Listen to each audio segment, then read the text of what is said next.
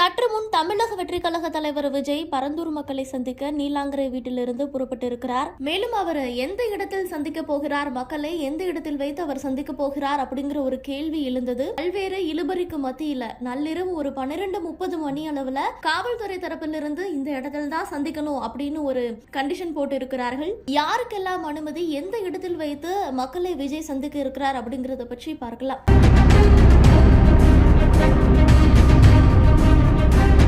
சென்னையில விமான நிலையம் இருக்கும்போது அங்கு மக்கள் நெரிசல் ஏற்படுவதால் சென்னைக்கு அருகே 2வது விமான நிலையம் அமைக்க பல்வேறு ஊர்கள் பரிந்துரைக்கப்பட்டன. அதில் கடைசியாக தேர்ந்தெடுக்கப்பட்டதுதான் பரந்தூர். இங்குதான் விவசாய நிலங்கள் கையகப்படுத்தப்பட்டு விமான நிலையம் அமைப்பதை எதிர்த்து 13 கிராமங்களைச் சேர்ந்த மக்கள் கடந்த 900 நாட்களை கடந்து போராடி வருகிறார்கள். இன்று 910வது நாள். இன்றுதான் மக்களை தமிழக வெற்றிக் கழக தலைவர் விஜய் சந்திக்க இருக்கிறார். அந்த வகையில தமிழக வெற்றிக் கழக தலைவர் விஜய் சந்திக்க அனுமதி கேட்கப்பட்டது.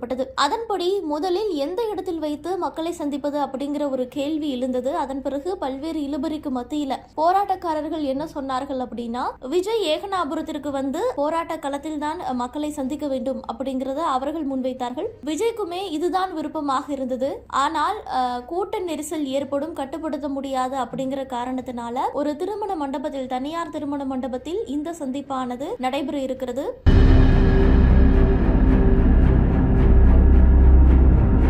இந்த தனியார் திருமண மண்டபம் அந்த ஏகனாபுரத்தில் இருக்கக்கூடிய அந்த கிராமத்திலிருந்து சுமார் 8 கிலோமீட்டர் தொலைவில் இருப்பதாக ஒரு தகவல் வெளியாகி இருக்கிறது. அந்த இடத்தில் வைத்துதான் விஜய் மக்களை சந்திக்க இருக்கிறார். இது நள்ளிரவு 12:30 மணிக்கு இந்த ஒரு முடிவானது எடுக்கப்பட்டது.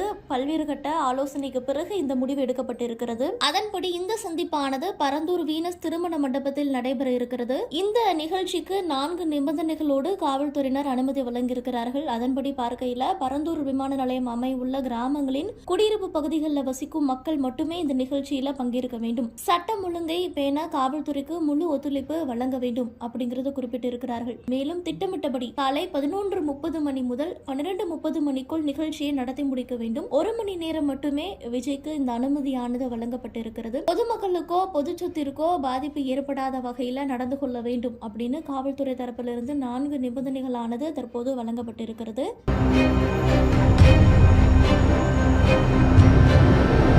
விஜய் களத்துல வந்து மக்களை சந்திக்கணும் அப்படின்னு பல்வேறு தரப்பினர் கோரிக்கை வைத்திருந்தார்கள். மேலும் பல்வேறு விமர்சனங்களுமே முன்வைக்கப்பட்ட நிலையில இன்று பரந்தூர் விமான நிலைய திட்டத்திற்கு எதிர்ப்பு தெரிவித்து போராடும் மக்களை சந்திக்க சென்னை நீலாங்கரை இல்லத்திலிருந்து சரியாக அவர் காலை ஒரு 7:32 மணி அளவுல புறப்பட்டிருக்கிறார். இதன் பிறகு விஜய் மக்களிடையே உரையாட இருக்கிறார். மேலும் அவர் என்ன பேச போகிறார் அப்படிங்கிற எதிர்பார்ப்பு அதிகமாகவே இருக்கிறது. மேலும் தமிழக வெற்றிக் கழக நிர்வாகிகளுக்கும் அறிவுரையானது வழங்கப்பட்டிருக்கிறது. விவசாய அந்த கிராம மக்கள் மட்டுமே அந்த இடத்தில் இருக்க வேண்டும், கட்சியை சேர்ந்தவர்கள் அதிகம் கூடக்கூடாது அப்படின்னும் தெரிவிக்கப்பட்டிருக்கிறது.